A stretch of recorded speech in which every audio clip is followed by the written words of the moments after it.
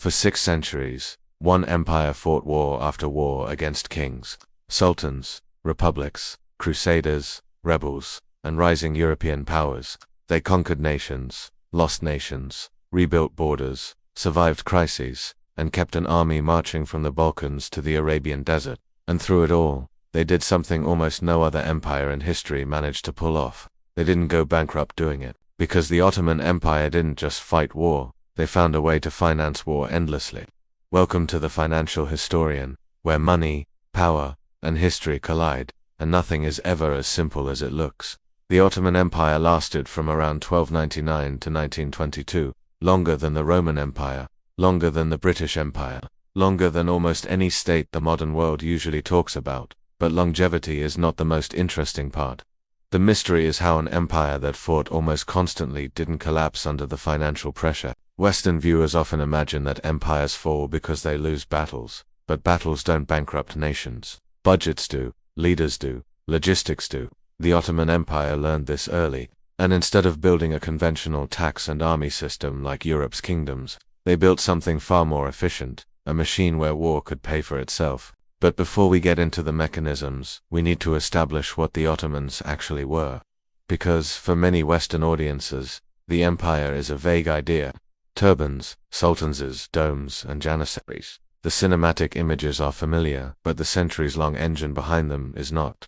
So, let's slow down, step in, and set the stage. The Ottomans began as a small frontier principality in northwest Anatolia, led by Osman, a warlord with a few thousand writers and a talent for being in the right place at the right time. When the Byzantine Empire began to crumble and Mongol power receded from the Near East, Osman's followers were perfectly positioned to carve out new territory. The early victories weren't just military successes, they were financial windfalls because every conquest meant land, resources, crops, and taxes, and new populations to extract revenue from. And that's the first key to understanding the Ottoman financial system. From day one, warfare wasn't a cost. It was an income stream. By the time the Ottomans captured Bursa in 1326 and later crossed into Europe in the 1350s, they were no longer a frontier tribe. They were the rising power controlling the trade routes between Europe and Asia, which in medieval economics is like having a monopoly on the world's arteries. Every merchant who traveled from Venice to Persia, from Cairo to Budapest, from Baghdad to Istanbul passed through the Ottoman tollgate. This mattered because war requires 3 things: food, metal, and men. The Ottomans didn't necessarily have more of any of these than their neighbors, but they had something even more important: cash flow. Their empire was built on the richest crossroads of the pre-Ottoman world: silk, spices, carpets, horses, weapons, timber, sugar, copper.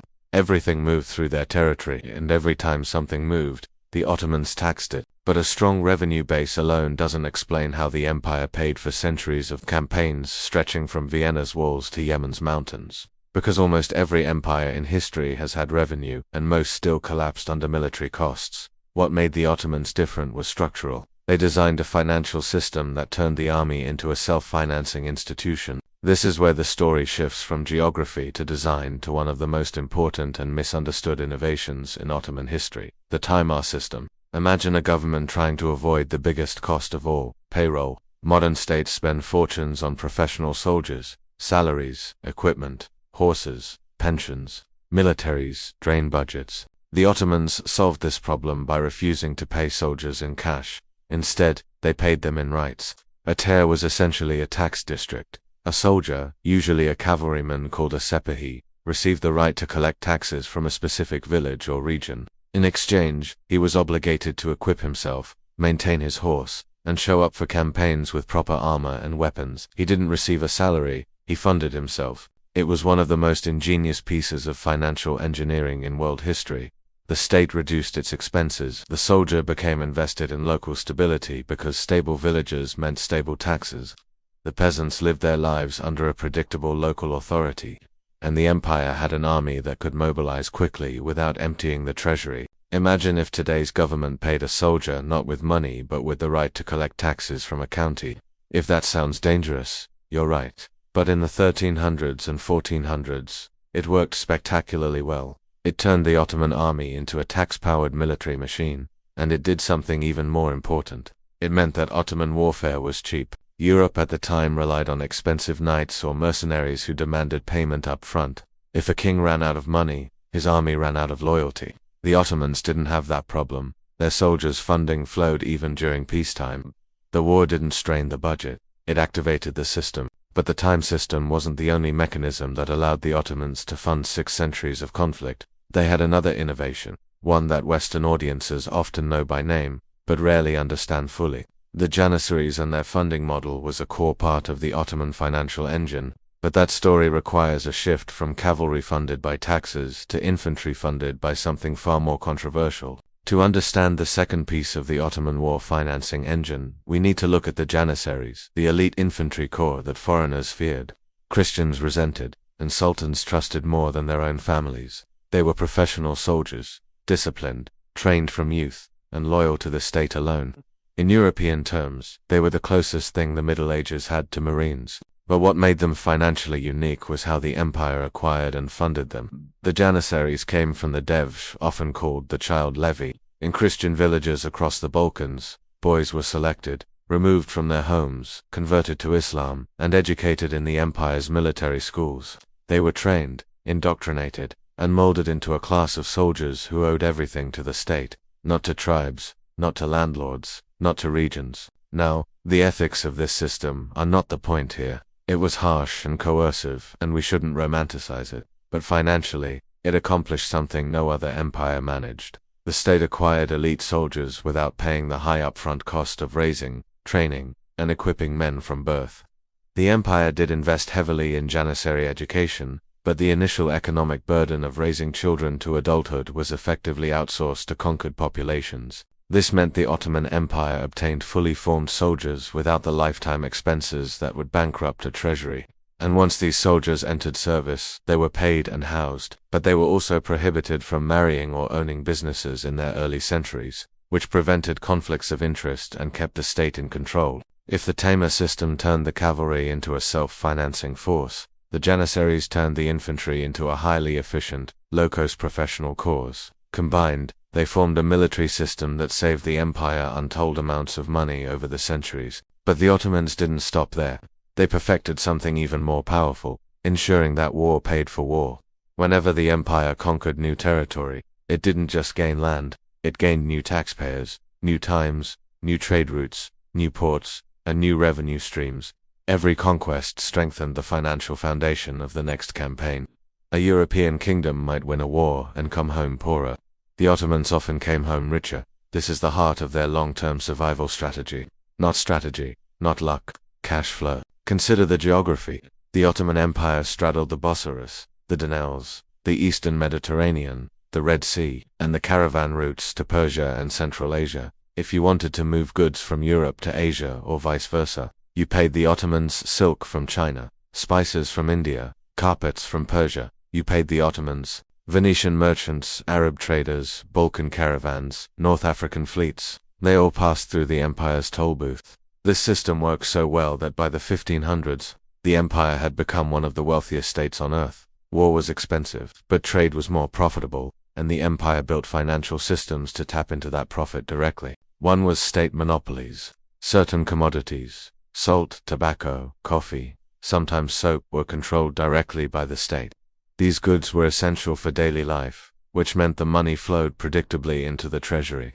This is where the story starts sounding eerily modern, because state monopolies are the ancestors of today's strategic national industries. Think oil in Saudi Arabia, think gas pipelines in Russia, think the Suez Canal in Egypt. Every empire has a revenue anchor. For the Ottomans, these monopolies were the closest thing they had to a perpetual income machine. Another financial strategy was the use of tribute and vassal states. Many regions from Crimea to Wallachia paid annual sums to the Ottoman treasury in exchange for protection or autonomy. It was cheaper to accept tribute than to govern directly in the income-funded soldiers, roads, fortresses, and fleets. But the real brilliance and eventual weakness of the Ottoman financial system was how it delayed the need for borrowing. For centuries, the empire lived within its means. War was financed by land grants, trade tolls, tribute, plunder, and monopolies. There was no national debt spiral, no giant bond market draining the treasury, no foreign lenders deciding the empire's fate. That didn't last forever. By the late 1600s and 1700s, the world changed. European powers industrialized. Their armies adopted new technologies. Their trade network shifted across the oceans, not through the Ottoman land routes. Suddenly, the empire could no longer rely on caravans and tolls to finance its military. Worse, the timber system began decaying. Local tax holders abused their power. Centralized oversight weakened and soldiers became less reliable. Then came the janissaries. Over the centuries, they gained political influence, wealth, and privileges until they became a state within a state. Their financial independence and political clout made them impossible to control. They resisted reforms, drained the treasury, and eventually became one of the biggest obstacles to modernization. When the empire finally began adopting European-style armies, they needed something they had avoided for centuries: cash salaries. And to fund that, they turned to something even more dangerous: foreign loans. In the 1800s, the Ottoman Empire began borrowing heavily from European banks at high interest rates. The same European powers it once outplayed now controlled its finances. Debt spiraled. Payments fell behind. In 1881, the empire was forced to hand control of its finances to an international commission run by France and Britain, a humiliating end to centuries of financial independence. It's a familiar pattern, isn't it? A great power rises on financial discipline, holds itself together with innovative systems, ignores early warning signs, and collapses when the economics stop working. Which brings us to today. If you think the Ottoman system sounds ancient, look around. The same mechanism still exists and just wearing modern clothes. The old Timar system functions today as government contracts and privatized military logistics. Modern states outsource enormous parts of their military operations to private companies, reducing direct payroll burdens the same way the Ottomans once did. Trade tolls have become the modern struggle for control over shipping lanes and energy routes. From the Strait of Hormuz to the South China Sea, whoever controls a choke point controls the revenue that passes through it. State monopolies live on through national oil companies and sovereign wealth funds. Saudi Aramco plays the same role the Ottoman salt monopoly once did, just on a scale of trillions instead of millions. Conquest, paying for conquest, still exists in the form of resource-driven wars. Countries pursue territory or influence not for glory but for energy reserves, minerals, pipelines, and strategic geography.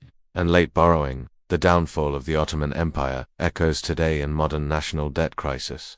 Many states fund their deficits with loans until the system cracks. Argentina, Greece, and even the modern US debt debate. The financial logic of empire doesn't change. The uniforms do. So what is the lesson? Empires don't die on the battlefield, they die on the balance sheet. The Ottomans survived 6 centuries because their financial system was disciplined, efficient, and brilliantly designed to turn war into revenue. They collapsed when that system broke, and when expansion stopped paying for itself, when trade routes bypassed their territory, when soldiers became expensive, and when the empire borrowed so much money that foreign creditors owned its future.